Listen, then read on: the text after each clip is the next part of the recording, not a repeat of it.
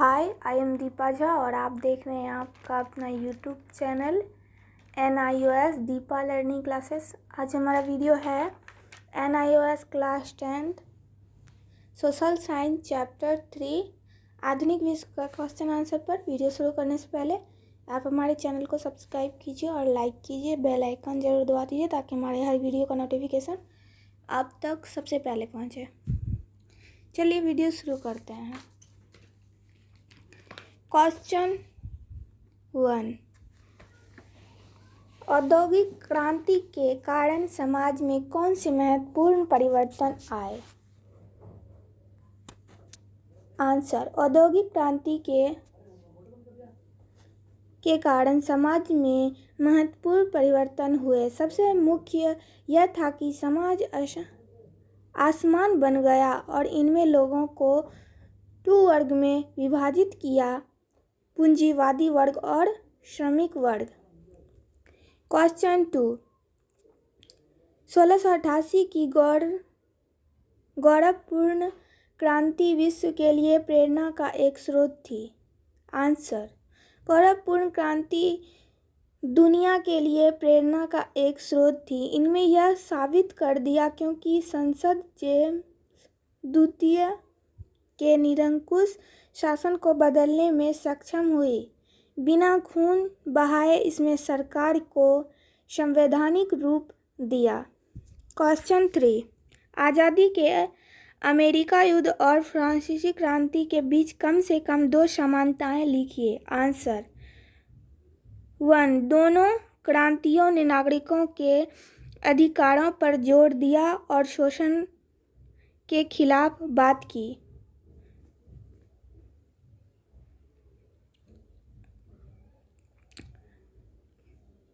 दूसरा, दोनों ने दुनिया भर में राष्ट्रवाद की भावना को लोकप्रिय बनाया। क्वेश्चन 4, कार्ल मार्क्स ने समाज के विषय में क्या कहा था? आंसर, कार्ल मार्क्स ने कहा था कि पूंजीपति अक्सर मजदूरों का शोषण करते हैं और स्वयं अधिक से अधिक मुनाफा कमाने में लगे रहते हैं। समाज में यह संघर्ष पूंजीवाद को समाप्त कर देगा और श्रमिक वर्ग का शासन स्थापित हो जाएगा। इनमें कार्य के अनुसार वेतन प्राप्त होगा। क्वेश्चन 5, रूसी क्रांति समाजवाद की विचारधारा से प्रेरित थी। संक्षेप में व्याख्या करें। आंसर, समानता, स्वतंत्रता, भाषण और लोकतंत्र के विचार और मार्क्स के लेखन के साथ साथ फ्रांसीसी क्रांति और पुनर्जागरण ने समाजवाद के लिए विचार को मजबूत बनाने में मदद की। इसने एक समान समाज को जन्म देने और राज्य के हाथ में उत्पादन के साधनों के स्वामित्व के नियंत्रण की वकालत की।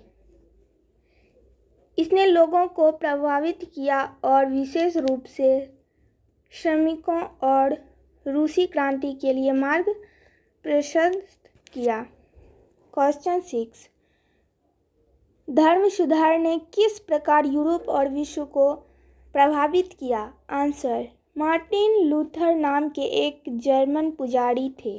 पहले रोमन कैथोलिक चर्च के अधिकारियों को चुनौती दी।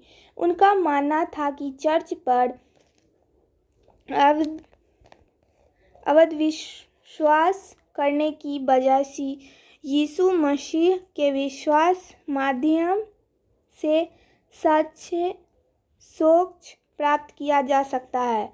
लूथर के विचारों ने पश्चिम में प्रोटेस्टेंट धर्म सुधार की शुरुआत की और ईसाई जगत को 2 भागों में बांट दिया, प्रोटेस्टेंट और रोमन कैथोलिक। इनके अनुसार ईसाइयों को मुक्त ईसा मसीह के बताए रास्ते पर चलने से मिल सकती है, न कि पाप मुक्ति पत्र खरीदने से।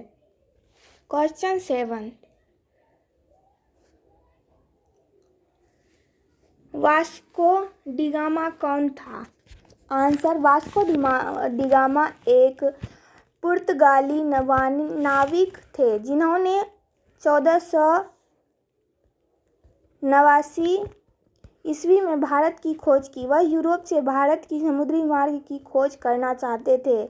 20 मई 1498 को वास्को डी गामा कालीकट तट पहुंचे और वहां के राजा से कारोबार के लिए हामी भरवा ली। कालीकट में 3 महीने रहने के बाद वास्को डी गामा पुर्तगाल लौट आए। क्वेश्चन 8, औद्योगिक क्रांति किसे कहते हैं? आंसर, औद्योगिक क्रांति की शुरुआत इंग्लैंड में हुई। इसका प्रमुख कारण है इंग्लैंड के पास लोहा और कोयला प्रचुर मात्रा में था, जो मशीनों उद्योगों के लिए आवश्यक थे। इंग्लैंड ने जहाज उद्योग का भी तेजी से विकास कर लिया था। सूतकांते की मशीन और भाप के इंजन के आविष्कार से, पक्की सड़कों और डाक तार सेवा के विकास से औद्योगिक क्रांति को सफलता मिली। समाज 2 वर्गों में विभाजित हो गया, पूंजीपति वर्ग और श्रमिक वर्ग। क्वेश्चन 9, पुनर्जागरण किसे कहते हैं? आंसर, पुनर्जागरण शब्द का अर्थ होता है पुनर्जन्म। मध्यकाल में जब सामंत व्यवस्था ने अपना वर्चस्व स्थापित कर लिया था, समाज के बौद्धिक लोगों ने इसके विरोध में आवाज उठाने लगे, जिससे समाज में एक नया जागरण आया। इस जागरण से एक नए आंदोलन को जन्म दिया, जिसे पुनर्जागरण कहते हैं। इसकी शुरुआत इटली में हुई। पुनर्जागरण से लोगों के बौद्धिक और सांस्कृतिक जीवन पर गहरा प्रभाव पड़ा। क्वेश्चन 11, बोस्टन चाय पार्टी की घटना क्या थी और अमेरिकी स्वतंत्रता संग्राम का तत्कालीन कारण?